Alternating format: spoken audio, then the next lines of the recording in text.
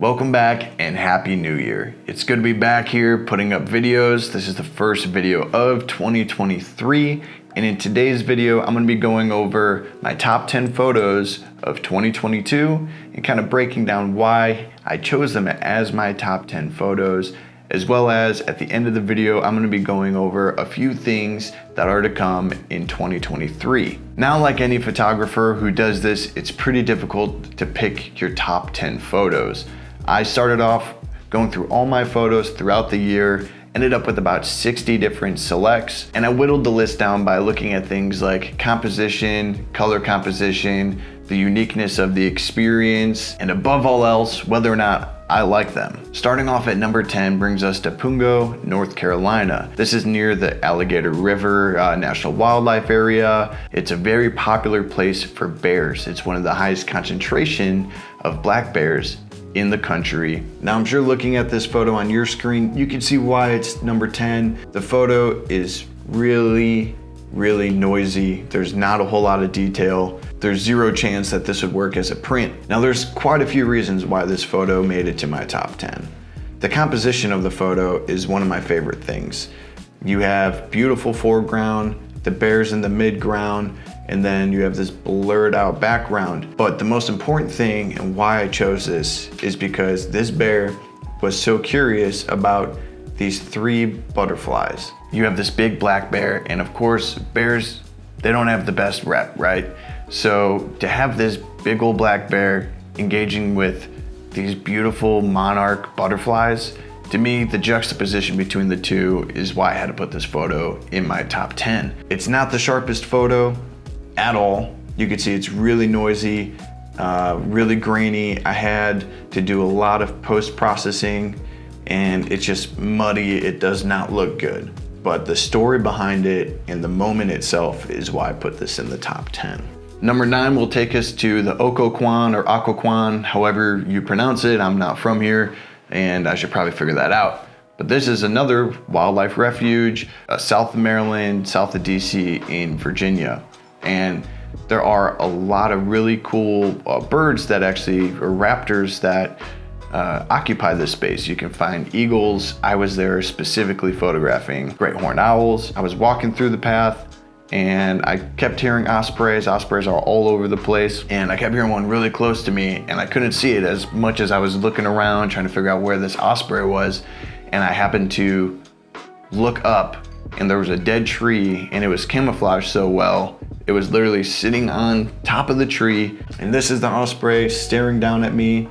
And that's why I had to pick this photo. I loved the golden hour colors in the background. You have the blue kind of framing it, and then you have these blurred out orangish clouds at the edge of the frame. And then of course, the uniqueness of the experience, the osprey looking down at me, just being ever so curious, and then the detail just in the front on its chest here. And you can see it's, again, not as sharp as I would want it to be. I did have to crop this in quite a bit. Just the fact that I got the light cutting through its eyes. You have all these beautiful highlights on its plumage. You can see I had my ISO set at 1250. It was starting to get real dark, and of course I'm shooting at f6.3, and at a minimum I usually shoot 1/2000 if a bird is taking off, or if it's not sitting still. Like normally when you shoot owls, you can drop this down, but I was anticipating that they were going to start hunting, so I had my settings set to 1/2000. For number 8, we're going to travel from the East Coast all the way to Colorado, and we're going to be taking a look at GUANELLA Pass. GUANELLA Pass is near Mount Evans, and it is known for bighorn sheep, and that is where I got this photo.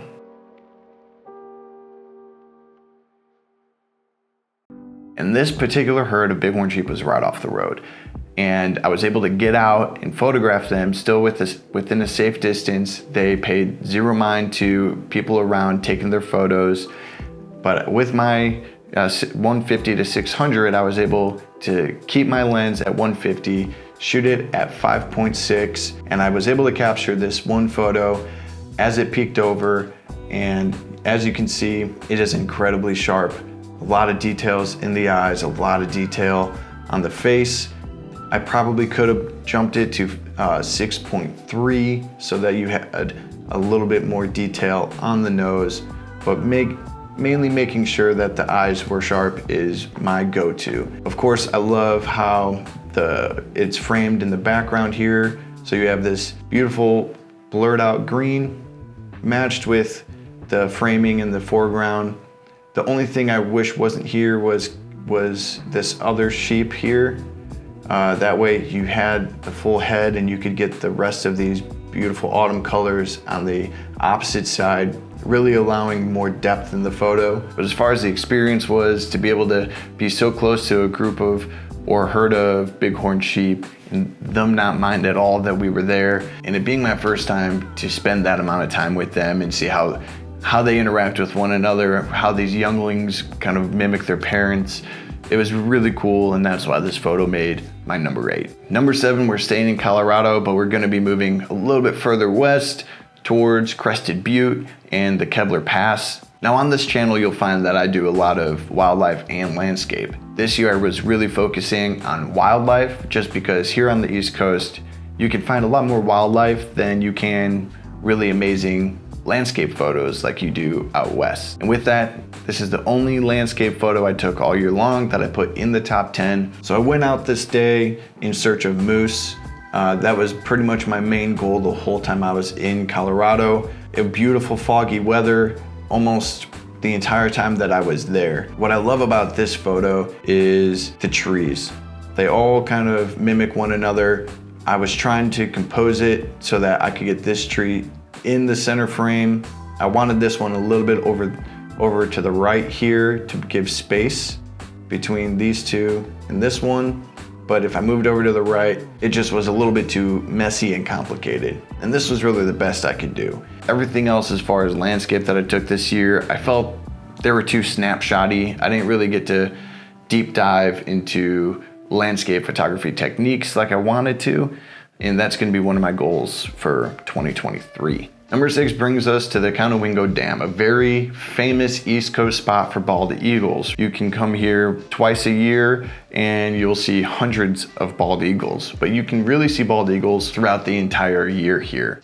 How active they are just depends on spring and fall. Those have been known as the 2 most active times. So with it only being less than 2 hours away from my house, I decided to go out there quite often, and one of the first trips I made out there, I was able to get this subadult bald eagle and what looks to be a bald eagle that has reached adulthood or is very close. It looks about 4 or 5 years old, and you could tell the difference because of how white the head is, and you still got a little bit of coloration of the brown on the tail feathers, which makes me think that it hasn't completely peaked yet, but I'm sure you guys will let me know in the comments. This subadult here, where you can still see a lot of that young coloration on the head and especially on the tail feathers here. And why I chose this photo is I love the composition of the dead tree going through the photo from the left-hand corner up towards the right-hand corner and it widening out. And then of course you have the 2 eagles, they're facing different ways. One's chest is towards the camera, one's back's towards the camera, one is looking to the left, but you can still see its face, you can still see its eye, and the other one is turning around looking at me. Now this is another photo that I had to crop in quite a bit. You can see this is set to 100%, so I'm almost 90% of the photo is cropped in. And you lose a lot of quality. I'm shooting on a Canon 1DX Mark II. I just don't have the megapixels to be able to crop like this. So for social media, this is a great photo, and that's where I post a lot of these. But luckily I don't print because this is a photo that would not make it to print whatsoever. Now getting into the top 5 photos is gonna bring us to Mason Neck State Park, which is just south of DC in Virginia. And it is really well known for having bald eagles, barred owls. Supposedly there's great horned owls there, but I've never seen one. And one of my favorite things to shoot, fox. Some of my favorite stuff that I've shot this year are fox. So it was really hard for me to decide which photos to put in here. Now this is a little bit later into the summer. The kits have already grown and they're roaming around on their own. And I went there to actually shoot barred owls because I usually like to rotate what my focus is so that I don't get too distracted. But as I was leaving the park after seeing 0 barred owls, seeing 0 eagles, I'm leaving, and right as I'm leaving, I see a young kit. And this male kit was incredibly curious. It kept creeping closer to me, and anybody who has photographed fox before knows how curious these animals can be, and this is what my favorite shot of that encounter is. Now you can see my ISO was about 4,000. I still was shooting at 6.3 at 600 millimeters, and I had a really slow shutter, 1/200. But you can see there's still a lot of detail to be had. Compositionally, I have the forest in the background here, which created nice framing. Its ears are just below this little hill, and then it's sitting on the downside of the hill, so you have this really nice depth that leads from low to high. In post-processing, I darkened the corners, making him pop out a little bit more. Another thing is color composition, just having the complementary colors of the reddish orange with the greenish yellow. So beautiful color composition here in my opinion, and beautiful catch lights. I mean, eyes are usually something I really focus on, how well the eyes are in focus, how much light is on the eyes, around the eyes. For me, lighting is everything. I spent some time doing portraitures, and I still do portraiture in the military, so I always look for different lighting scenarios and always try and get that beautiful side lighting. Number 4 will bring us back to Colorado, again on Kepler's Pass, and I believe this was the morning that I shot the landscape photo, and there was hawks everywhere. It was a beautiful foggy morning, light drizzle, so you got a lot of detail on the trees. I love shooting in really bad weather because you get photos like this. Now, as much as a lot of people enjoy seeing the bright greens, I love shooting on days like this because you get these more muted greens. They almost have more teal added into them. I stopped my car, pulled my camera out, started taking pictures, and because I shoot a 1DX Mark II, mechanical shutter, I think it just was spooked by how loud it was. This hawk was easily 100 yards away from me, and that shutter just echoing in the mountains was enough for it to look over at me and fly out of the tree. When it did, I was able to get this burst of water off of the hawk, off of the tree, and then of course I was lucky enough to have it flying away from me. Now, I don't have the megapixels in a 1DX Mark II to get the sharpest photo from that distance, but everything else about this photo, the composition, the tree on the edge here filling the left side of the frame, the hawk flying towards the right side of the frame, the water burst, and then the blurred trees in the background. To me, this is by far one of my favorite photos. If it was tack sharp, it probably would have been my favorite photo of the year. But because a lot of these hawks were sitting still, I lowered my shutter speed to 1/1000, and you could see as it flew away. If this was 1/2000, I probably would have been able to get a much better shot, but then I would have had to bump my ISO to 3200 or 4000. It was too early in the morning, it was too dark. The environmental circumstances and my gear were just against me in getting the sharpest photo. Now, number 3 will bring us to Benezet, Pennsylvania, or known as Elk County, Pennsylvania, one of the largest populations of elk in the northeastern United States. They are Rocky Mountain elk, so they were brought from the Rocky Mountains to Pennsylvania quite a few decades ago. I believe that there's about 1,500 elk that roam in the area, and I went out there in June to look for them. I was scouting to see how active they were to determine whether or not I wanted to go back during the rut to photograph them. It was a really hard thing to do because it's really populated. There's state game lands where they roam that are very deep into the woods, and there's food plots everywhere. But a lot of things this year have made it so that food plots are in different locations. People who live in the area are tired of the elk rummaging through their yard, eating their trees, eating in their gardens. More importantly, a lot of the locals are tired of tourists driving in their yards, walking in their yards, parking in their driveways, blocking their driveways. But I was lucky enough to befriend some locals asked if I could park in their driveway and photograph some elk that were walking through their yard. And that is where I got this particular photo here of this beautiful elk just before the sun went down. The whole composition of this photo to me is amazing. I wish it was a little bit more blurred in the background just so that this tree was less of a distraction, because I really don't like this white. But the expression on the elk, the light making its antlers and the velvet on its antlers almost glow. I love that you have these little gnats flying around him, and then this little piece of grass just hanging out of his mouth. Everything about this photo, from the experience of being that close to him not really caring that I was there, the brightness of the elk standing out from the forest behind him, the light cutting through, and then all the white flowers in the foreground working its way through the photo, and then of course just the layers.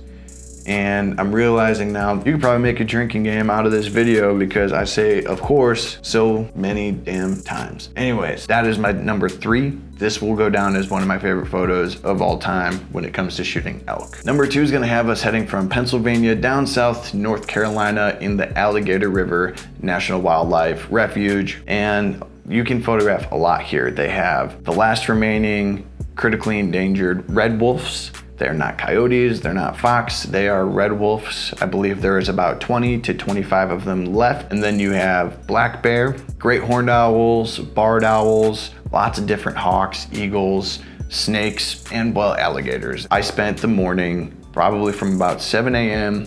to 1 in the afternoon, photographing 2 barred owls as they hunted up and down these channels. When you visit this place, on each side of the road, almost throughout the entire refuge, are water channels. These barred owls will hunt along those channels. So I spent the morning photographing these owls, and this is one of them. And I love this photo so much. Again, like I said earlier, lighting and the way that light hits a subject is my number 1 thing. Of course, there are quite a few distractions. This whole branch here, I could get rid of, but I love that it's almost there because it allows you to focus on what I want you to focus on, which is this area right here. This is the subject. The way that the sunlight is just cut through the trees, and this canopy was incredibly dense. I was literally sitting there waiting with my camera out, ready to shoot this owl, waiting for that moment when the sunlight broke through the trees and I could get this photo. And when I did, I jumped up, annoyed the other photographers that were sitting there because I was really excited. And number 1 is gonna bring us back to Virginia at Mason Neck State Park. So very similar to the last fox photo, I was leaving the park and I was actually there looking for fox this time, and I wasn't seeing any. I found this fox as it was leaving the woodland or the tree lines, entered into this grassy patch where all these bluets, which are the wildflowers that you see the fox laying in, and color composition is really what sets this photo apart for me. You have the orange and the blue, which is color composition, complementary colors, the green and the red background, complementary colors. Again, the beautiful side lighting. You have, so this is Rembrandt lighting where you have this little triangle here, and it's dark here, and this side is lit up. So really nice lighting, really deep contrast in its coat, just because of the golden hour, and that's why it's my number 1. Like, for me, it was a no-brainer. I could stare at this photo all day long. The bokeh, the detail of it, the catch lights in the eyes. I wish there was a more light kind of right here, but I absolutely love this photo. Now, before I get into my goals for 2023, I wanna say if you like this video, please give it a thumbs up. If you're not subscribed, subscribe. I plan on doing a lot more videos this year. I did 36 videos last year, and I'm going for 1 video a week this year, all wildlife and landscape photography content. And if you had a favorite photo out of these photos, go ahead and comment below which one was your favorite, why, or if you had a worse, if you thought one didn't deserve to be in here or you hated it, even tell me why you hated it. Now for 2023, I already kind of mentioned a couple things. I want to put out a video once a week, and I want to get consistent with the uploads here. Secondly, I put out a calendar for this year. That was my goal for 2022, create 1 product to start putting up. and selling to people if they wanted some of my photos. I didn't do prints, but this year I'll probably end up putting out another calendar. We'll see come around July. And then I want to actually create an ebook. Or if there's something else you guys would like to see more of, please leave that in the comments below. But right now I'm thinking an ebook or something electronically that will help you guys make maybe a field guide or something like that. I've also considered maybe putting out what animals are active during what seasons, but you guys let me know if you have something particular that you think would help you out in the field. In next week's video, I'm going to be tackling some Lightroom stuff, but if you do enjoy editing and watching editing videos, Photoshop came out with some new updates a couple months ago. And if you haven't kept up, go ahead and give this video a watch so that you can remove anything in one click and learn a few new ways to content aware fill.